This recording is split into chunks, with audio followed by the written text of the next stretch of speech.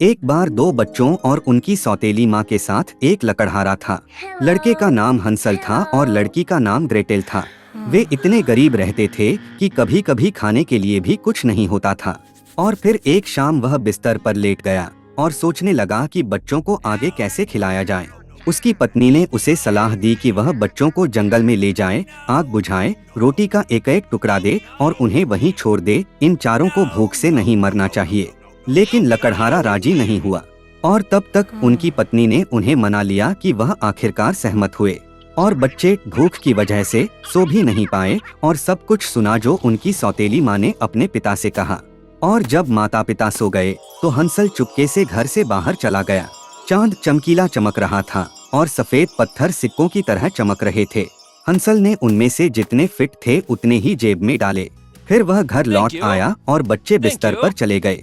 सुबह में सौतेली माँ बच्चों के पास आई, उनमें से प्रत्येक को रोटी का एक टुकड़ा दिया और वे सभी एक साथ जंगल में गए। रास्ते में हैंसेल ने एक एक करके सफेद पत्थर फेंके। जब वे समाशोधन पर पहुँचे तो मेरे पिता आग बुझाने लगे। उन्होंने बच्चों को आग के पास बैठने और यह सुनिश्चित करने का आदेश दिया कि यह बाहर नहीं निकले जबकि वे और उनकी सौतेली माँ अधिक जलाऊ लकड़ी के लिए जाएंगे। वे बैठे बैठे थक गए और तेजी से सो गए। जब बच्चे सोकर उठे तो चारों तरफ अंधेरी रात थी। और जब एक पूरे महीने आसमान में उठे तो हंसल ने अपनी बहन को हाथ पकड़ लिया और चला गया। पत्थरों द्वारा रास्ता खोज रहा था जो नए सिक्कों की तरह चमक रहा था और उन्हें रास्ता दिखाया। वे रात भर चले और भोर में वे अपने पिता के घर आए। कुछ समय बीत गया और बच्चों ने फिर से सुना कि कैसे एक रात सौतेली माँ अपने पिता से बच्चों को छुड़ाने की भीख मांगने लगी। उसने इनकार कर दिया लेकिन उसकी पत्नी उसकी बात नहीं सुनना चाहती थी। उसने शाप दिया और उसे सभी तरह के प्रतिशोध व्यक्त किए। जब माता पिता सो गए तो हंसल पिछली बार की तरह पत्थर इकट्ठा करना चाहते थे लेकिन उनकी सौतेली माँ ने दरवाजा बंद कर दिया और लड़का घर से बाहर नहीं जा सका। सुबह सुबह बच्चों को रोटी का एक एक टुकड़ा दिया जाता था, पिछली बार की तुलना में भी कम। जंगल के रास्ते में हैंसल ने अपनी जेब में अपना टुकड़ा डाला और टुकड़ों को जमीन पर फेंक दिया। सौतेली माँ उन्हें जंगल में भी ले गई। फिर से एक बड़ी आग जलाई गई और पिता ने बच्चों को आग देखने का आदेश दिया जबकि वे और उनकी सौतेली माँ कुछ और लकड़ी काट रहे थे। जब दोपहर का भोजन आया तो ग्रेटेल ने हंसल के साथ रोटी का एक टुकड़ा साझा किया और वे सो गए। अंधेरी रात पड़ने पर हम जाग गए और फिर एक महीना ऊपर आया और वे अपने रास्ते पर एक साथ हो गए लेकिन उन्हें एक भी क्रम्स नहीं मिला क्योंकि जंगल में हजारों पक्षियों के झुंड लंबे समय से उन टुकड़ों को खा रहे थे। इसलिए बच्चे बहुत लंबे समय तक चले लेकिन वे जंगल से बाहर नहीं निकल सके। अचानक सड़क ने उन्हें झोपड़ी तक पहुंचा दिया। करीब आकर बच्चों ने देखा कि घर सभी रोटी और बिस्कुट से बना था और खिड़कियां शुद्ध चीनी से बनी थीं। हंसल ने ऊपर पहुंचकर छत का एक टुकड़ा तोड़ दिया जबकि ग्रेटेल खिड़की के पास गया और अपनी खिड़कियों पर कुतरने लगा। और फिर झोंपड़ी में दरवाजा चौड़ा हुआ और बूढ़ी औरत एक बैसाखी पर झुकी हुई निकली। हंसल और ग्रेटेल इतने भयभीत थे कि उन्होंने अपने हाथों से अपने चिथड़े भी गिरा दिए। और बूढ़ी औरत दयालु थी और उन्हें अपनी झोपड़ी में आमंत्रित किया।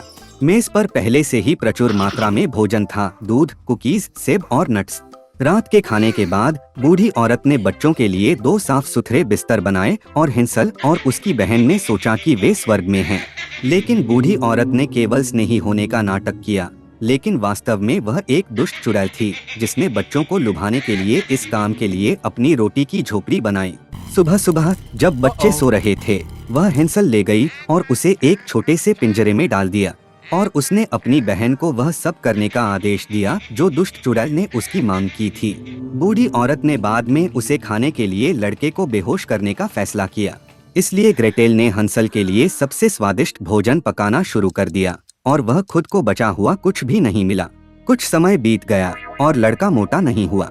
तब बूढ़ी औरत कोई इंतजार नहीं करना चाहती थी और उसने हंसल को खाना बनाने और खाने का फैसला किया। उसने ग्रेटेल को चूल्हा जलाने और पानी लगाने का आदेश दिया। जब चूल्हा गर्म हुआ तो बूढ़ी औरत ने उसे चूल्हे में चढ़ने और देखने के लिए आदेश दिया कि क्या यह पर्याप्त गर्म है। इसलिए वह लड़की को आग में धकेलकर उसे बेक करना चाहता था लेकिन ग्रेटेल को पता था कि उसके दिमाग में क्या है। उसने कहा कि वह नहीं जानती कि वहाँ कैसे पहुँचा जाए और चुड़ैल को खुद को दिखाने के लिए कहा।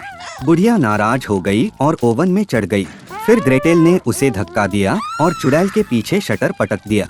वाह, कितनी बूढ़ी औरत थी फिर कैसी। इस बीच ग्रेटेल हंसल के पास गए और पिंजरे को खोल दिया। अपने भाई को मुक्त करने के बाद वे चुड़ैल के कमरे में गए, जिसमें सभी कोनों में मोती और कीमती पत्थरों के बक्से थे। अपनी जेबें उनमें भर दी और घर चले गए।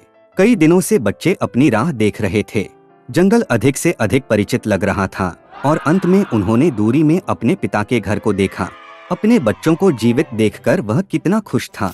हंसल और ग्रेटेल ने उन सभी मोती और रत्नों को फर्श पर डाला जो उन्होंने चुड़ैल से लिए थे। खाने के बारे में सोचने की जरूरत नहीं थी और वे जीना और आनंदित होने लगे। और पिता ने दुष्ट सौतेली माँ को घर से निकाल दिया। एक बार जंगल के किनारे एक छोटे से घर में एक बूढ़ा आदमी और एक बूढ़ी औरत रहते थे। उनके जीवन में सब कुछ बहस कर रहा था। केवल एक चीज गायब थी, बूढ़े आदमी और बूढ़ी औरत के बच्चे नहीं थे। एक बार बूढ़े व्यक्ति ने एक छोटे आदमी के आकार में एक जिंजर ब्रेड सेकना करने के लिए कहा। बुढ़िया ने खलिहान में देखा और लगभग कोई आटा नहीं बचा था। उसने एक कटोरा लिया, इसे बॉक्स के साथ साफ किया, नीचे से ब्रश किया और मुट्ठी भर या 2 मुट्ठी इकट्ठा किया गया। बूढ़ी औरत ने खट्टा क्रीम के साथ आटा गूंद किया और जब वह मेज पर एक जिंजर ब्रेड बाहर रोल कर रहा था तो उसने इसे ले लिया और इसे एक छोटे आदमी के आकार में बनाया, हथियारों, पैरों के साथ, एक सिर के साथ, और इसे ओवन में डालें। थोड़ी देर बाद बूढ़ी औरत यह देखने के लिए आई कि क्या जिंजर ब्रेड बेक किया गया था। उसे ले लिया और उसे ठंडा करने के लिए खिड़की पर रख दिया। जिंजर ब्रेड आदमी शांत हो गया, लेट गया, लेकिन अचानक उठ गया और घर से बाहर तेजी से भाग गया। खिड़की से बेंच तक, बेंच से फर्श तक, फर्श से लेकर दरवाजों तक, पोर्च के ऊपर से बरामदे तक, आंगन से गेट से आंगन तक, आगे और दूर। बुढ़िया ने अपने पति को बुलाया और वे दोनों उसके पीछे दौड़े। लेकिन जिंजर ब्रेड मैन को पकड़ना इतना आसान नहीं है। अब वह पहले ही उस खेत में पहुंच चुका है जहां किसान अपनी फसलों को काट रहे थे। अतीत में भागते हुए जिंजर ब्रेड आदमी ने उन्हें चिल्लाया कि वह पहले से ही बूढ़ी औरत और बूढ़े दोनों से भाग चुका है और वह आसानी से उनसे भी दूर भाग जाएगी। किसानों ने यह सुना और वे उसके पीछे भागे, लेकिन कोई फर्क नहीं पड़ता कि वे कितनी तेजी से भागते थे, वे उसके साथ नहीं पकड़ सकते थे। एक जिंजर ब्रेड आदमी मैदान में भाग गया जहां घास काटने वाले थे। अतीत में भागते हुए उसने उन्हें चिल्लाया कि वह पहले से ही बूढ़ी औरत से और बूढ़े आदमी से और किसानों से भाग गया था और वह आसानी से उनसे भी भाग जाएगा। मावे ऐसे उपहास नहीं कर सकते थे। जिंजर ब्रेड आदमी के बाद हर कोई भाग गया। वे जितनी तेजी से भाग सकते हैं, लेकिन वे पकड़ नहीं सकते हैं। और छोटे आदमी से मिलने के लिए गाय चल रही है। उसने उसे चिल्लाया कि वह पहले से ही बूढ़ी औरत से और बूढ़े आदमी से और किसानों से और मावरों से भाग गया था और वह उससे भी आसानी से भाग जाएगी। गाय क्रोधित हो गई और जिंजर ब्रेड आदमी के बाद भी दौड़ी। केवल वह पकड़ नहीं सकता और एक स्वर उससे मिल रहा था।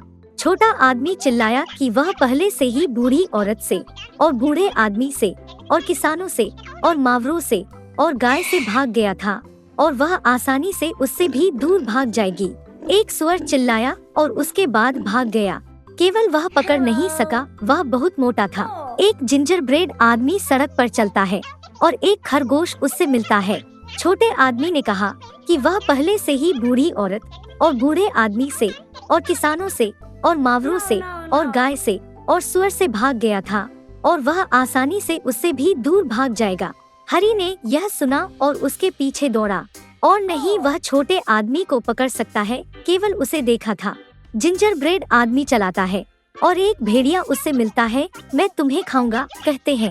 और छोटे आदमी ने उसे उत्तर दिया कि वह पहले से ही बूढ़ी औरत से और बूढ़े आदमी से और किसानों से और मावरों से और गाय से और सुअर से और हरे से और वह आसानी से उससे भी दूर भाग गया। भेड़िया बड़ा हो गया और जिंजर ब्रेड आदमी पर चढ़ गया और वह चकमा दे गया और वह जितनी तेजी से भाग सकता था। केवल भेड़िया ने उसे देखा। एक जिंजर ब्रेड आदमी चल रहा है और एक विशाल भालू उससे मिल रहा है।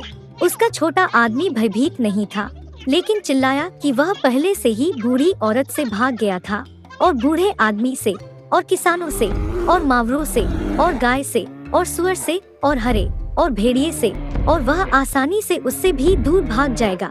एक क्रूर भालू ने अपने पैर पर मुहर लगाई और उसके पीछे दौड़ा, लेकिन भालू बहुत तेजी से जिंजर ब्रेड आदमी को पकड़ने के लिए धीमा था। एक जिंजर ब्रेड आदमी चलाता है और एक लोमड़ी उससे मिलती है। लोमड़ी बहुत चालाक थी, लेकिन छोटे आदमी को यह पता नहीं था, इसलिए आदत से बाहर उसने चिल्लाना शुरू कर दिया कि वह पहले से ही बूढ़ी औरत से भाग गया था और बूढ़े आदमी से और किसानों से और मावरों से और गाय से और सुअर से और हर से और भेड़िया से और भालू से, जिसका मतलब है वह आसानी से उससे भी दूर भाग जाएगा। लोमड़ी ने अंत की बात सुनी और कहा कि वह बहुत बूढ़ी थी, कुछ भी नहीं सुना। वह छोटे आदमी के करीब आई और उसे दोहराने के लिए कहा। उसके मूर्ख जिंजर ब्रेड आदमी का पालन किया और फिर से डींग मारने लगा। लोमड़ी ने अंत की बात सुनी और कहा कि उसने अभी भी कुछ नहीं सुना। वह छोटे आदमी के करीब भी आई और उसे फिर से दोहराने के लिए कहा। जिंजर ब्रेड आदमी सहमत हो गया और फिर ओनली उसने नए सिरे से शुरुआत की जब लोमड़ी ने उस पर हमला किया और उसे खा लिया, और जिंजर ब्रेड आदमी अब नहीं के बारे में डींग मार दी।